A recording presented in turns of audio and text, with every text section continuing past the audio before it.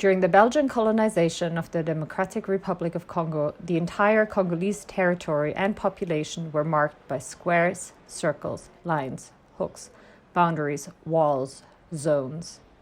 Congo was fragmented and scarred by spatial and social categories. Call it zoning. Spatial architecture was an instrument of oppression to mold a social architecture, classifying blacks and whites with specific roles, privileges, prohibitions, and controlled access to zones. An ideology of oppression made black bodies the servants of white masters. One of the most noticeable remains of colonial urbanism in Boma is the tropical bungalow. Some are more than 100 years old, but still used as government offices, homes, or businesses, or combining professional and private spheres.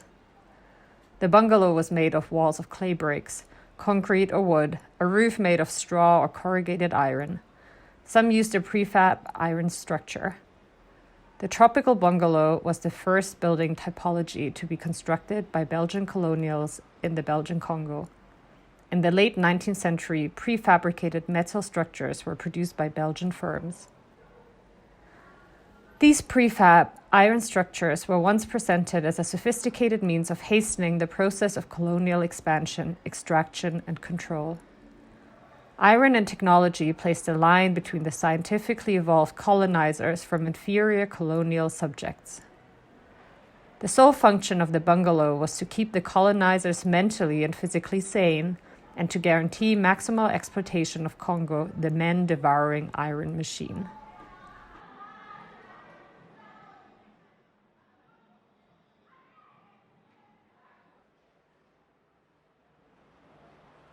The iron framework elevated above the ground staged the daily colonial theater of life for a Congolese audience.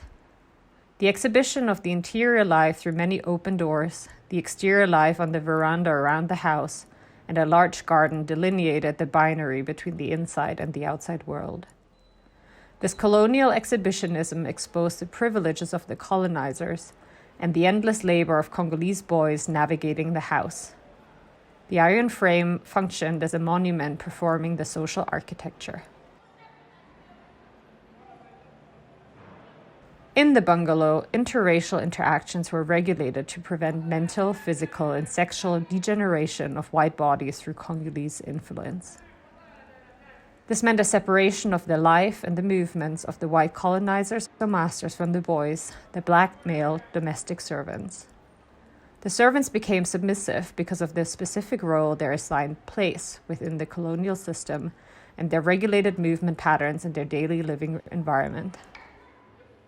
Colonial infrastructures maintained the Congolese in a more or less permanent state of trance. The colonized was constrained to a series of rituals of submission. He might be commanded to shake, cry, and tremble, to prostrate himself while shivering in the dirt, to go from place to place singing, dancing.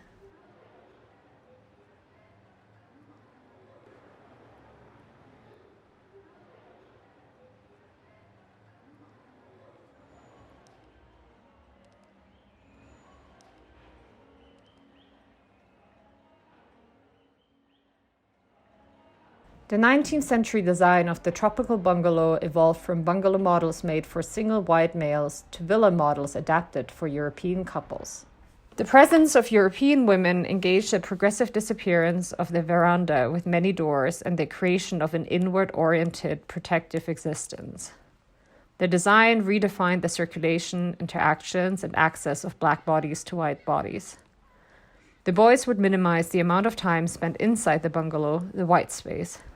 Cooking and other activities happened behind the bungalow in a neutral zone.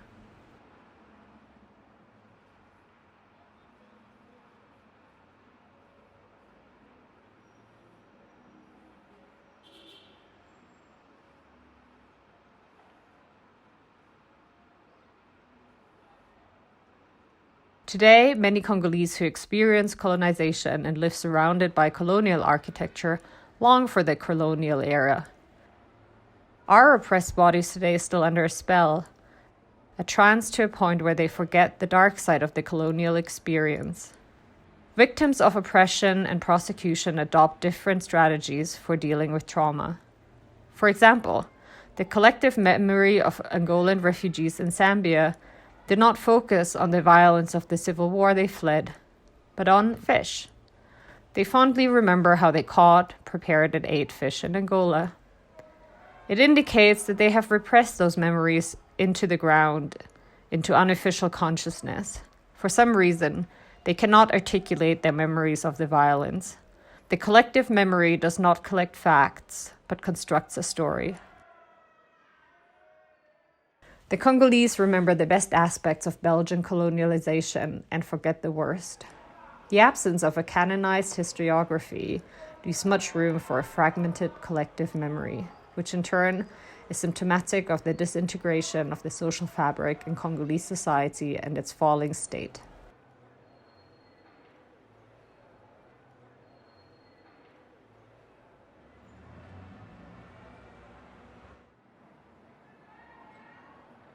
Communities creatively select, organize, and interpret events that promote community spirit and forget internal contradictions to emphasize what they have in common. Reminiscing is preeminently a social event. Every person has only one past, but tells or writes about it in different ways depending on the context in which he finds himself and the persons with whom he communicates.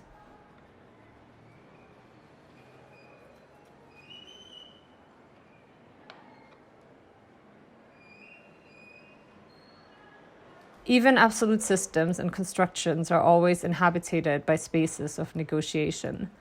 Blind spots where circles, squares, lines, hooks, boundaries, walls, or zones can be discussed, where ideologies can be countered.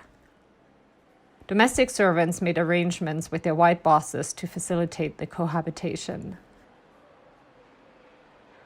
Congolese laborers used urban tactics, for example by hijacking a bridge in the city of Matadi on November 26, 1945, and organizing a strike on that vital access to and from the European city and the port as a pressure point or a currency to obtain better working conditions and better wages.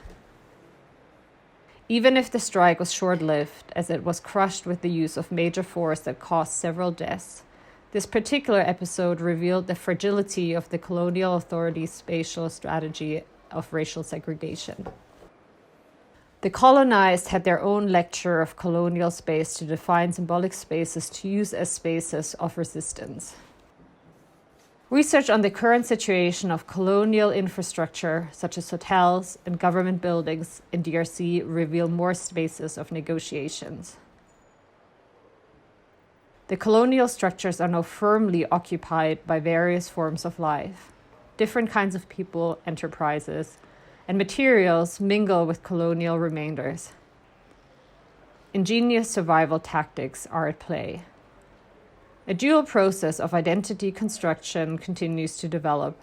These structures can have a hybrid identity, simultaneously representing different things.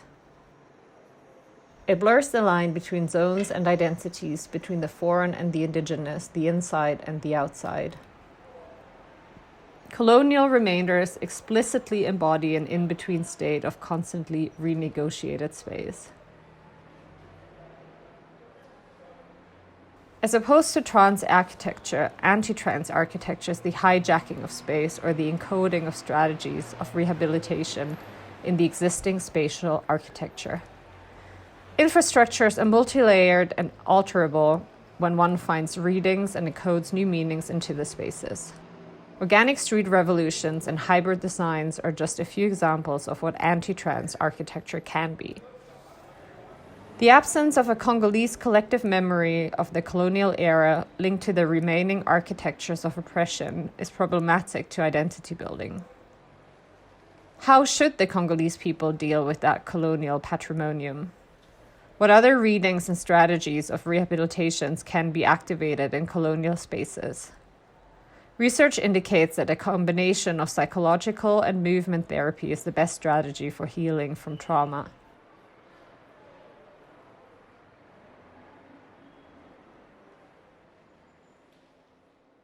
To come to a radical proposition for a new strategy to renegotiate history and to access trauma, we must compare the tropical bungalow with a Congolese memory board. A memory board is a mnemonic device used by Luba court historians to recall memory during a performance called milandu. A memory board can be a body, an object, a space. Milandu is a verbal and performative practice in which different parties negotiate around one historical event in an attempt to solve an ongoing dispute. Around one specific event, each party adapts its critical narrative according to social, political, and economical motivations, and to the audience present. The chosen performed narrative defines, imposes, and declares the social and political identity of a speaker or a community. Generally, milandu could be applied to any trauma. You just need one common event around which the dialogue is built. The memory board divides a space into zones in which memory events are encoded. The narrator navigates the memory board and performs in a specific zone to provoke memory reproduction. To critically reconstruct history facing the past and the mechanisms of oppression that caused certain forms of amnesia could be a psycho and movement therapy to heal trauma of an individual or a community. Can the tropical bungalow become a space of negotiation and rehabilitation where collective memory and body identity can be reconstructed through a polyvocal performative ritual inspired by milandu? A radical approach demands a fluid architecture, where architecture is at the intersection of many identities and histories in a fluid state, a permanent state of evolution and change. The colonial bungalow must be fully deconstructed to dismantle its original function. A modular version of the tropical bungalow, used as a memory board, becomes a public space and functions as the stage. The roof must be removed and the walls are replaced by a modular system of walls made of locally produced, light, organic, environmentally friendly materials such as wood. The walls are multifunctional and can be moved around to create a new interior visible to the outside. This wooden modular system is the answer to the European iron prefab strategy of oppression. Milandu takes place in an open space and in dialogue with speakers, victims, perpetrators, witnesses, and any related party and the surrounding audience. The bungalow opens up and reconnects with the external environment and engages with the reality of daily life surrounding that space. The boundary between the inside and the outside disappears to become a fluid space, a trans space, where architecture is never static but fluid and in constant movement, as life is. Walls become benches and zones on the floor in which memory events are assigned. Each speaker creates a unique constellation of zones, a fluid architecture. Each speaker adapts a critical lecture of the space according to his motivations and the audience present.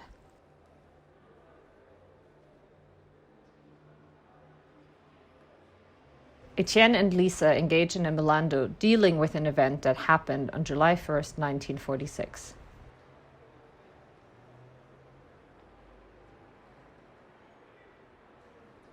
The memory board stays open for change. During the milandu, the architecture changes to serve the narrative of every speaker.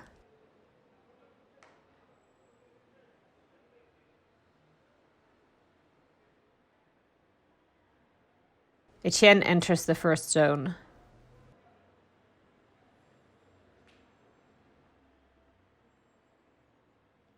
It is the garden at the backside of the bungalow. Etienne is 25 years old. He stands in front of his boss and hears complaints about his work ethic.